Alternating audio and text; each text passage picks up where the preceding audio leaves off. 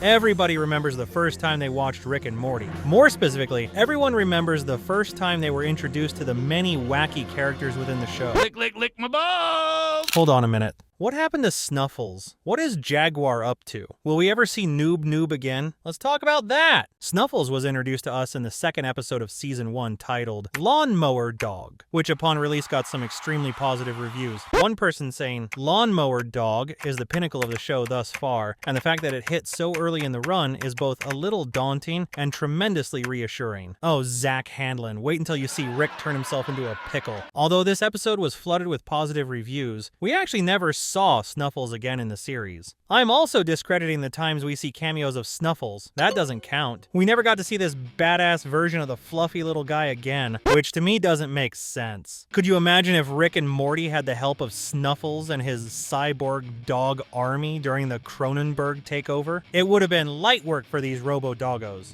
Although Snuffles is widely forgotten about by viewers, Rick also shows he is completely oblivious to the dog's existence, as early on in the comic book titled Snuffles Goes to War, Rick questions who Morty is talking about when he hears the word Snuffles escape from his mouth. We do actually get to see what the new and improved version of Snuffles is up to in this comic, as we see his army of dogs take on an army of squirrels. Very cool. I recommend reading it. Let's start strong by ranking Snuffles an S tier on my Rick and Morty Forgettable Characters tier list, or the Ramfictal list for short. Another character that was introduced to us during the same episode was a guy named Scary Terry, originally just a parody of popular 80s horror icon Freddy Krueger. Despite his lack of screen time, Scary Terry became a fan favorite character, and actually ranks at number 8 on the official Swiftiest Rick and Morty characters list. It's hard to believe we only ever saw Scary Terry in the second episode of Season 1, not counting the time where we see him creep up on Morty from under the bed from one of their YouTube videos, or when we see him in a comic where he gives his magical fedora to Morty, which I don't understand. What's the hype over a fedora?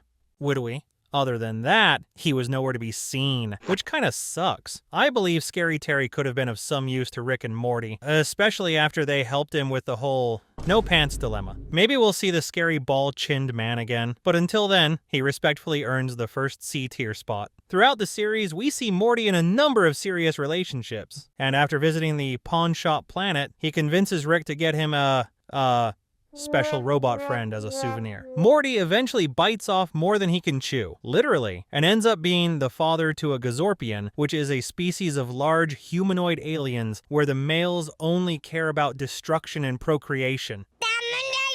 This was one of the first words spoken by Morty Jr., showing immediate red flags in the raising of a Gazorpian, which forces Morty to lie and say that the air outside is poisonous to Morty Jr., meaning he can never leave. Fast forward to when Morty Jr. is a teenager, which is only a few hours due to the Gazorpian's rapid aging characteristic. The two get into an argument which forces Morty Jr. to rush outside and quickly figure out the truth. My life has been a lie! God is dead! The government's lame! Thanksgiving is about killing Indians! He kind of goes on a destructive warpath, but he does grow up to be pretty sophisticated and writes his own book, a book about how much he hates his dad. Yikes. Straight into our D-tier section you go, you little rascal. Season 1 of Rick and Morty continued to give us some of the best characters in the whole series. For example, one of my favorite characters was Lucius Needful, also known as the Devil.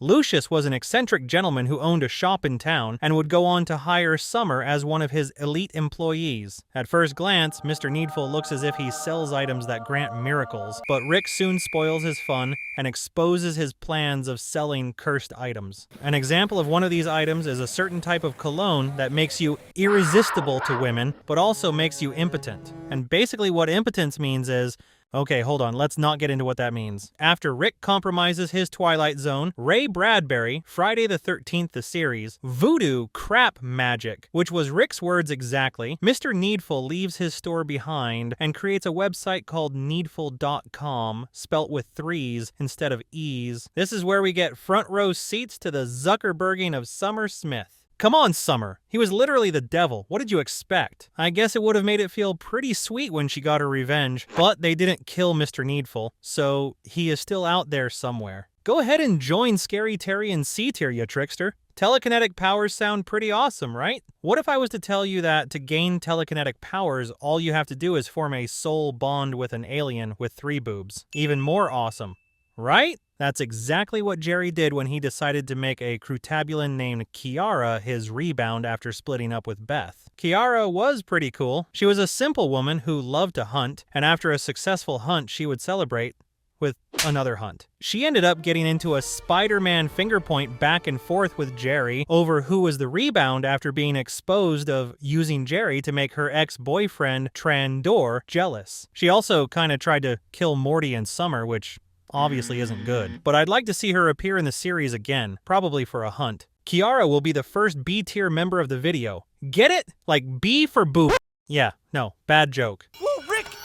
Is that the vending beacon? Yep, it's Vindicators time, baby. More importantly, it's Noob Noob time. Noob Noob first appears as an underappreciated intern, often being stuck in janitorial roles. Janitorial? Is that a word? You know, like he sweeps the floors and stuff. He, more specifically, cleans up the mess that the other Vindicators leave behind. One example being when Supernova got drunk and killed fellow members Lady Katana, Calypso, and Diablo Verde, where we then see Lance question why she couldn't have just drunkenly murdered Noob Noob instead. It isn't all doom and gloom for the little guy, though. He does manage to find love, who ends up being a child, so, maybe it is just doom and gloom, I don't know. At least we know he's highly respected and loved by Rick.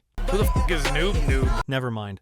You've got heart, Mr. Noob. Go ahead and kickstart our A-tier section. Everybody has an arch nemesis nowadays. Batman has the Joker, Peter Griffin has a giant chicken, and Rick has, drumroll please, Mr. Nimbus. First introduced to us in Season 5, we find out that Mr. Nimbus was a key player in Rick's backstory, seemingly being the only person, or alien, who can go toe-to-toe with the mad scientist. When we first see Mr. Nimbus, we find out that he is actually the king of the ocean. We also can't forget he also controls the police. He is also the only character to call Rick Richard, and it's implied that he and Rick were once close friends and embarked on adventures across the cosmos together. You're telling me this guy gets 2 spin-off shows, and we haven't even seen the adventures of Rick Sanchez and Mr. Nimbus?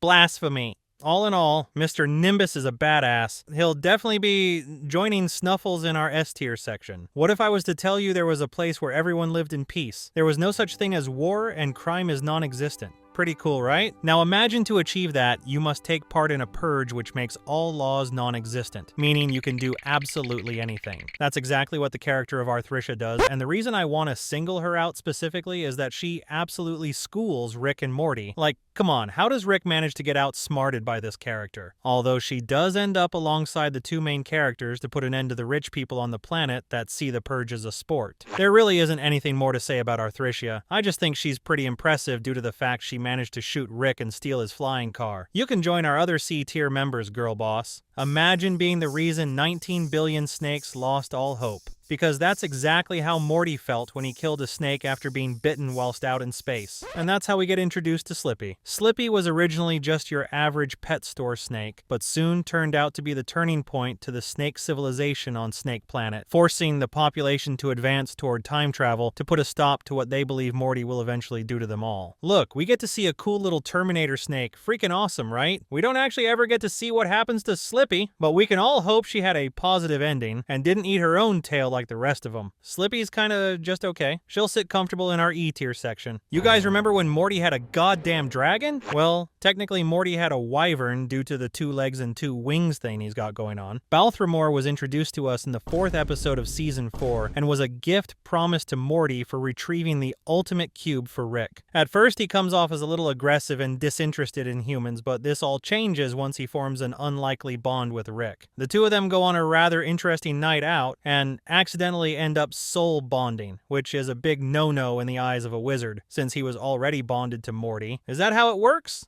If there are any wizards watching, feel free to fact check in the comments. In this episode, we get to see just how powerful magic can be, and Rick continuously finds that science gets stumped by magic the same way rock gets stumped by paper. We also learn that dragons are a little bit weird. Yeah, maybe it's a good thing we haven't seen him appear again in the series. You rightfully deserve our first F-tier spot, you weirdo. In the same episode that introduced us to Kiara, we're also introduced to another character that remains a mystery. Tommy was a childhood friend of Beth's that was unfortunately trapped in her make-believe world Fruppyland. From a young age, he seemed resourceful as he demonstrates that he survived in this made-up world by, humping the wildlife and eating the offspring. At first, he is a forgotten memory, but Rick informs Beth that it was in fact all real and that she really did leave her friend in there to be trapped forever. She actually does go back to retrieve Tommy, but the now self-made king of Fruppyland refuses to leave, forcing Beth to remove his finger in order to make a clone of the once lost kid and return him back to his parents. We never actually find out what happened to Tommy. My opinion is that he's still alive and rules Fruppyland the same as he did before, just